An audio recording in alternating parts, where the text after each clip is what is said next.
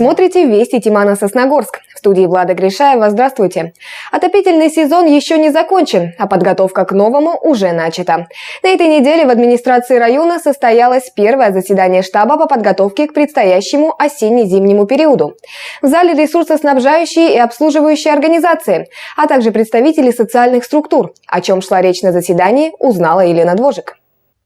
Вначале обсудили итоги прохождения этого сезона.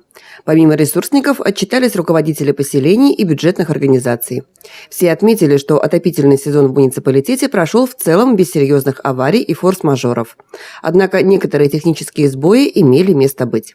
Например, в Нижнем Одессе дважды пришлось останавливать теплопункт. То есть было отключение на 2 часа котельной номер 1 ввиду перекрытия поставки Лукойлом попутного газа. И было отключение на 40 минут по Коми-Энерго по своим сетям. Также, по словам представителя теплоснабжающей организации, имелись замечания к работе управляющей компании в части эксплуатации систем отопления и горячего водоснабжения. В течение этого срока мы написали, наверное, несколько десятков актов по совместным контрольным замерам, направили в управляющие компании. По некоторым управляющие компании провели работы по коррекции сужающих устройств, по некоторым до сих пор не провели. Соответственно, те работы, которые были по тем объектам, где были выявлены замечания, мы планируем эти работы, естественно, выполнить в течение подготовки к ОЗП. А подготовка уже стартовала. В конце апреля постановлением районной администрации утвержден комплексный план мероприятий, в рамках которого предстоит сделать немало.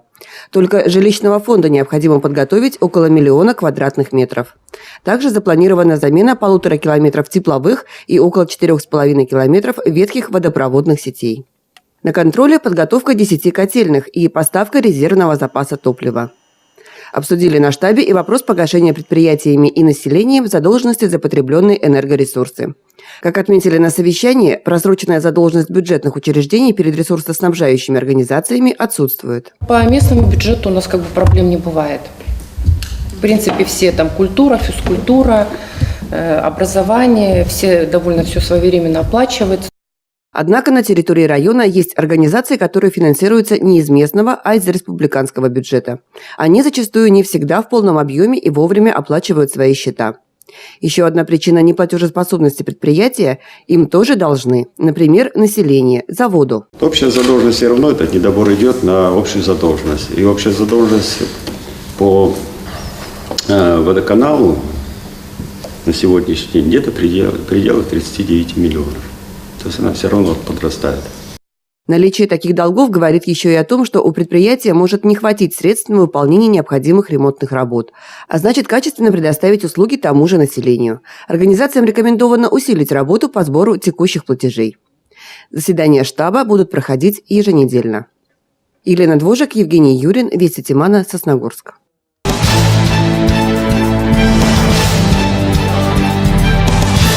Как известно, современные технологии значительно упрощают жизнь. К сожалению, это относится и к мошенникам. Количество преступлений, совершенных при помощи мобильной связи и сети интернет, продолжает расти, отмечают сотрудники полиции. Как не стать жертвой злоумышленников, узнал Андрей Калиничев. Прогресс не стоит на месте не только в сфере высоких технологий, но и в преступном мире. Старые схемы с отправкой сообщений от якобы родственников, которым срочно нужны деньги, все еще существуют. Но появляются и новые. Например, все большей популярностью пользуются сайты, на которых граждане продают свое имущество. На указанные продавцом телефонные номера могут позвонить не только потенциальные покупатели, но и мошенники. Последних интересуют исключительно данные банковской карты. Разумеется, вовсе не для того, чтобы перевести деньги. Люди зачастую на эту уловку попадаются, сообщают данные карты. Самое главное в этом случае не сообщать полные данные карты постороннему лицу, и особенно код сзади карты, трехзначное число. То есть люди сообщают с помощью самого кода на карте и сзади число, которое написано на карте, вот этот код трехзначный. Люди могут воспользоваться вашей картой, без вашего усмотрения списать все деньги, которые там находятся на этой карте. Впрочем, звонить для совершения преступления не обязательно. Еще один новый тип мошенничества – рассылка сообщений о, например, блокировке страницы в социальной сети. Такие СМС содержат ссылки на ресурс, который якобы должен помочь пользователю. Переход по ним грозит заражением мобильного устройства. Устройство мобильное заражается вирусом, и если на мобильном устройстве находятся приложения такие, как Сбербанк онлайн, который управляет вашими картами, либо мобильный банк подключен к телефону, что посредством СМС можно управлять денежными средствами с вашей карты, то тогда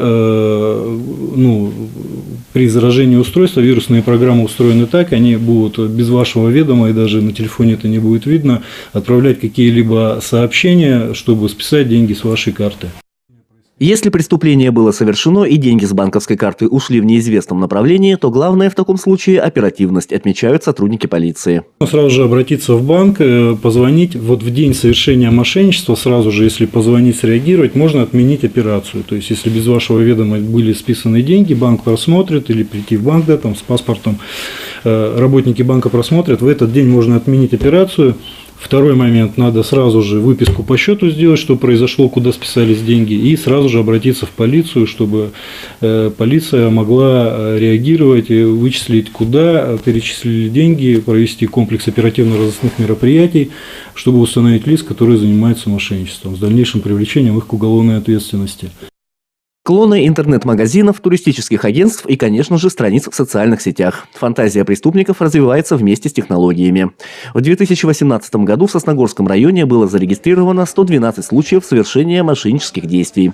В этом году 44. Большинство из них с помощью мобильной связи либо интернета. Сотрудники полиции напоминают, главное оружие против преступников – бдительность. Принцип «доверяй, но проверяй» должен служить руководством к действию, ведь поспешность всегда может привести к потере денежных средств. Если же избежать ухищрений злоумышленников не удалось, необходимо в самые короткие сроки обратиться в правоохранительные органы. Андрей Калиничев, Евгений Юрин, Вести Тимана, Сосногорск.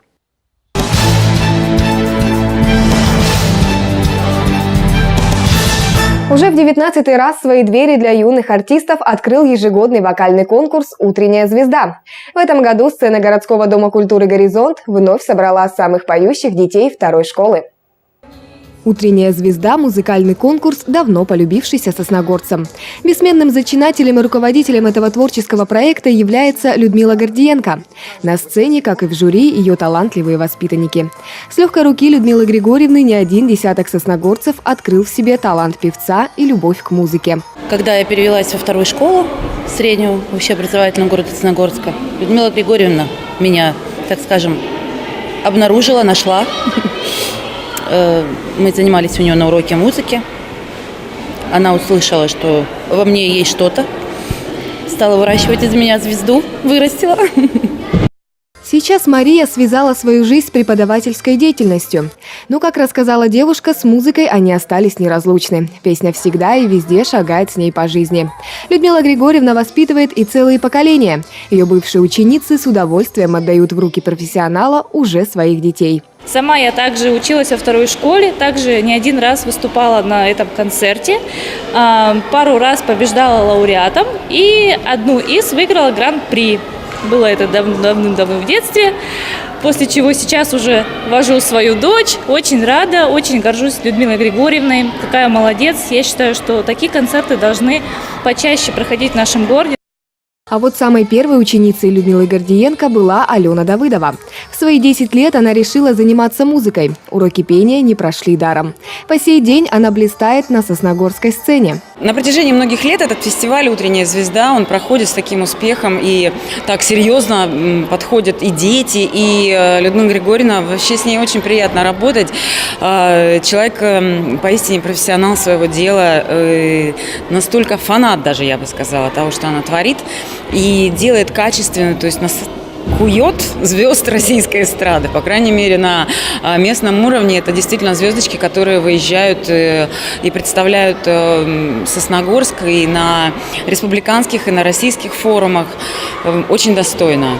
Все выступающие соревновались в различных возрастных категориях и номинациях. Участников много, и каждый раз это четко подобранный образ в виде ярких и забавных костюмов. На сцене дети, как рыбы в воде, держатся уверенно и зажигают по полной. Через дожди, через морозы, бьются на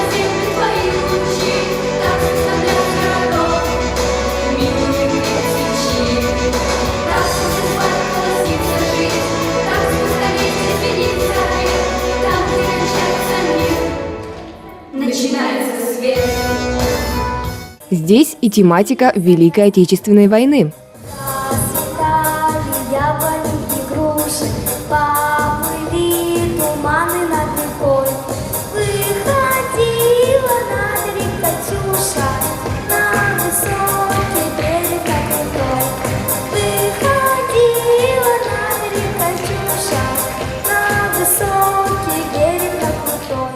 И даже любовная лирика для особо романтичных зрителей.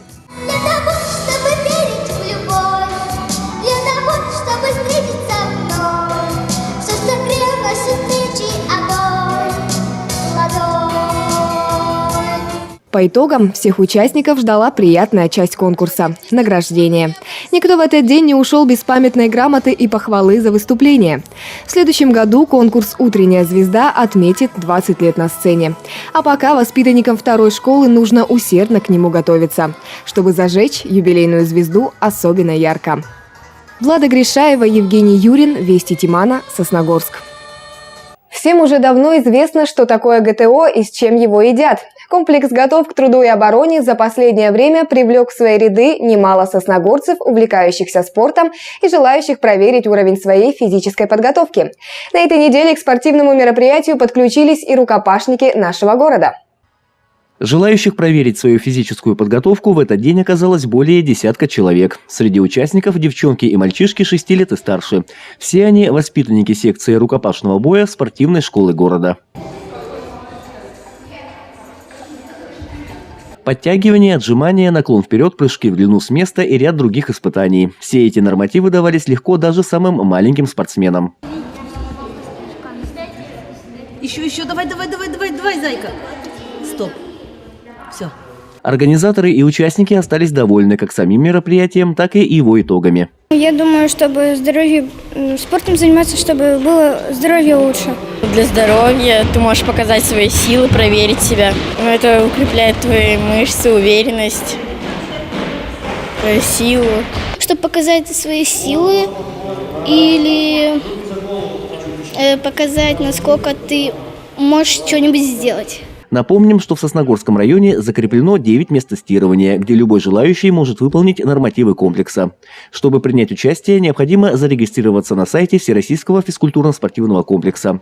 Затем обратиться в Центр тестирования ГТО, он находится в УСК «Метеор». Там на участника будет заведена личная карточка учета. Добавлю, что за более подробной информацией можно обратиться в отдел физкультуры и спорта администрации Сосногорского района. Андрей Калиничев, Влада Гришаева и Евгений Юрин, Вести Тимана, Сосногорск. В завершении выпуска о погоде. В ближайшие выходные, по прогнозам синоптиков, циклон начнет затягивать холодный и влажный воздух с арктического побережья. Будет преобладать облачная погода, и повсеместно ожидаются небольшие и умеренные осадки в виде мокрого снега. Ночью около 0 градусов, при облачных прояснениях ожидаются заморозки до -2. Днем в среднем +5. На сегодня это вся информация. Новая уже в следующих выпусках нашей программы. А я с вами прощаюсь. Всего доброго и удачных выходных.